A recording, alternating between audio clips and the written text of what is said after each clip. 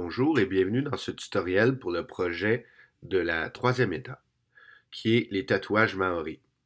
Voici le matériel nécessaire. Donc, vous avez besoin de crayon à mine et efface, d'un compas, d'une règle de 30 cm, de marqueurs Sharpie noir et de crayons de couleur en bois. La première étape va être celle de mesurer, dans le fond, 10 cm au niveau de notre compas pour pouvoir faire un cercle de 20 cm. Donc 10 cm de rayon, 20 cm de hauteur, de largeur. Bon, c'est un cercle. Et donc, on fait le cercle le plus possible au centre de notre feuille.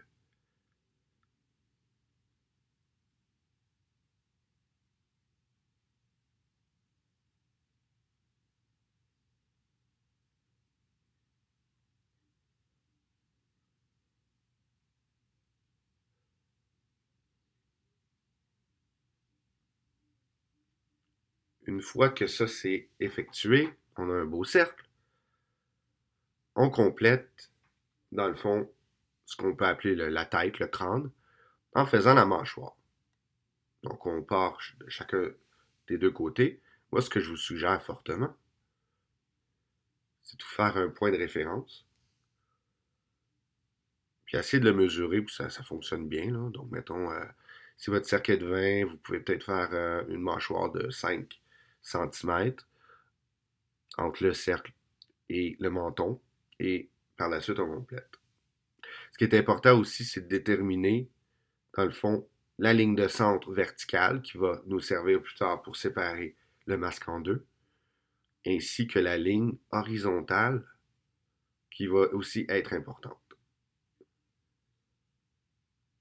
Donc, la ligne horizontale doit aussi être dans le milieu. Et quand je parle de milieu, je parle du milieu de la tête et pas du cercle. Donc, il faut mesurer où se situe ce milieu-là parce que c'est sur cette ligne-là, comme vous allez voir dans quelques instants, qu'on va placer les yeux.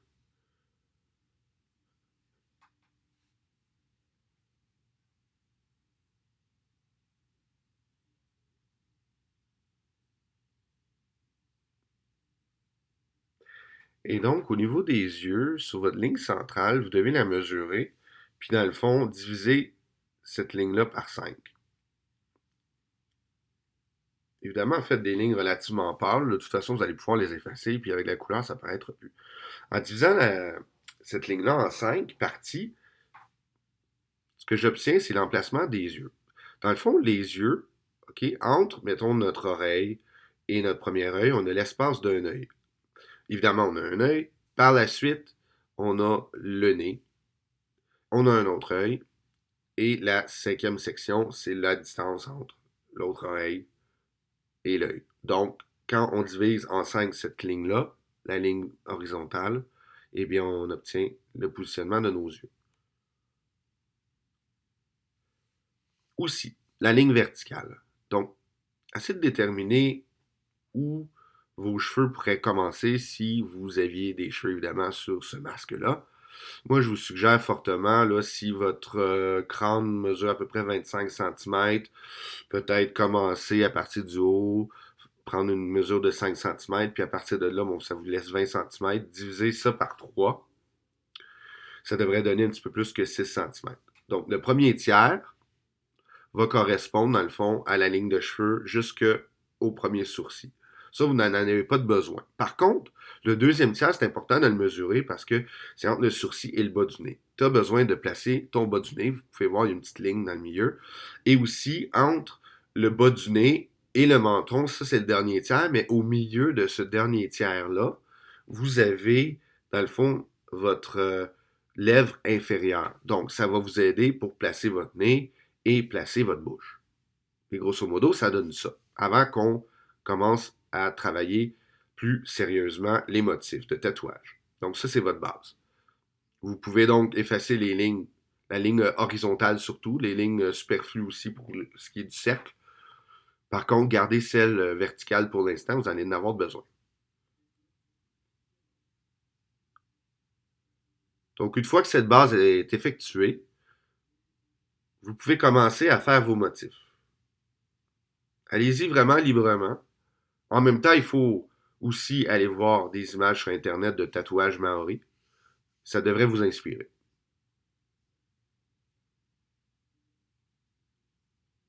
Première chose aussi, il faut absolument faire les tatouages seulement d'un côté. Dans mon cas, j'ai choisi le côté droit, mais ça ne change rien. Vous pourriez choisir le côté gauche. Pourquoi seulement faire le côté droit en premier? Un des défis de ce projet-là, c'est, dans le fond, de s'assurer de la symétrie au niveau des tatouages.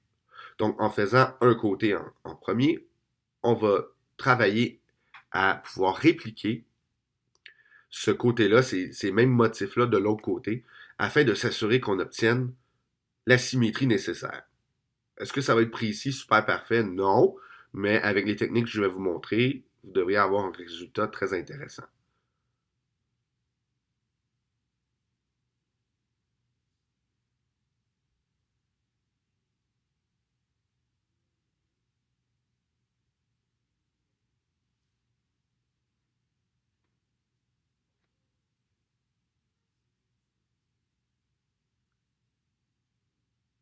Ayez pas peur de prendre l'ensemble de l'espace de votre côté pour faire des motifs. C'est beaucoup plus complet, beaucoup plus intéressant. Et au niveau visuel, ça va être vraiment, vraiment, vraiment très bien. Surtout avec les couleurs, vous allez voir.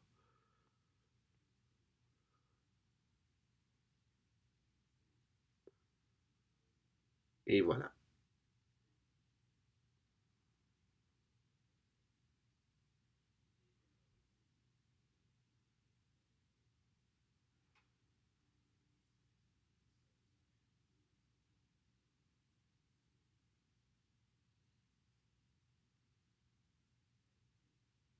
Une fois que le tout est effectué, on passe au Sharpie.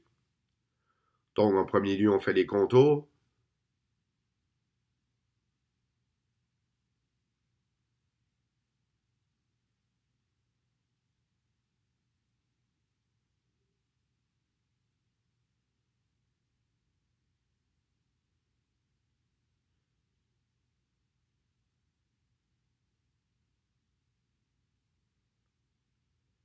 Ce qui est important de faire aussi, c'est la bouche et les yeux pour nous donner des références.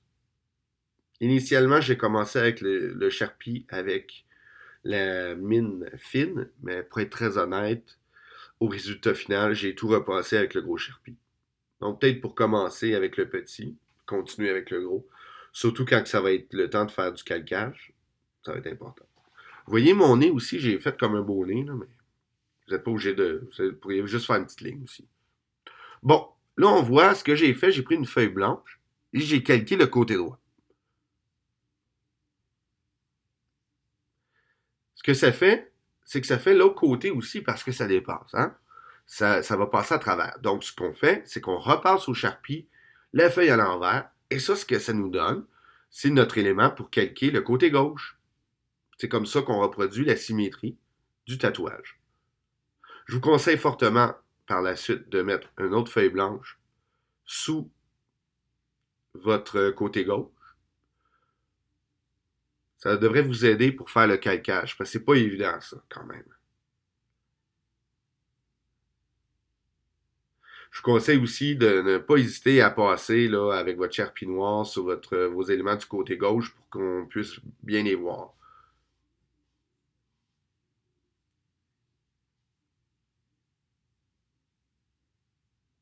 Évidemment, une fois que le côté gauche est fait, on passe au charpie là aussi.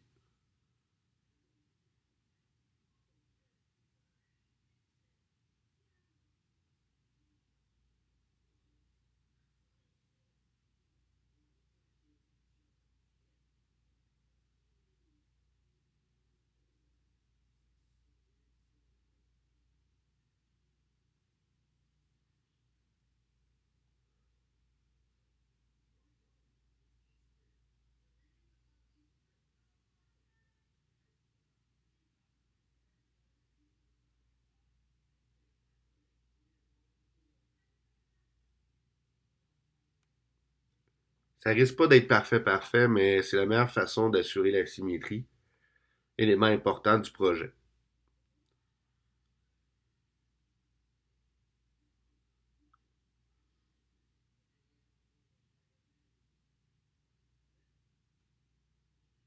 Une fois que l'ancrage est fait sur les deux côtés, on commence à appliquer les couleurs. Très important, vous avez un choix à faire. Vous ne pouvez pas mélanger n'importe quelle couleur. Parmi les consignes du travail, j'aimerais que vous choisissiez soit des couleurs chaudes ou des couleurs froides.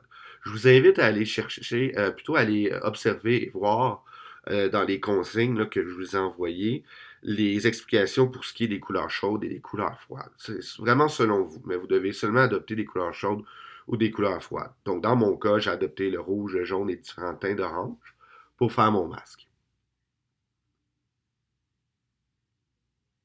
Et on voit ici le résultat final. Ce qui reste à faire rendu là, c'est de le découper.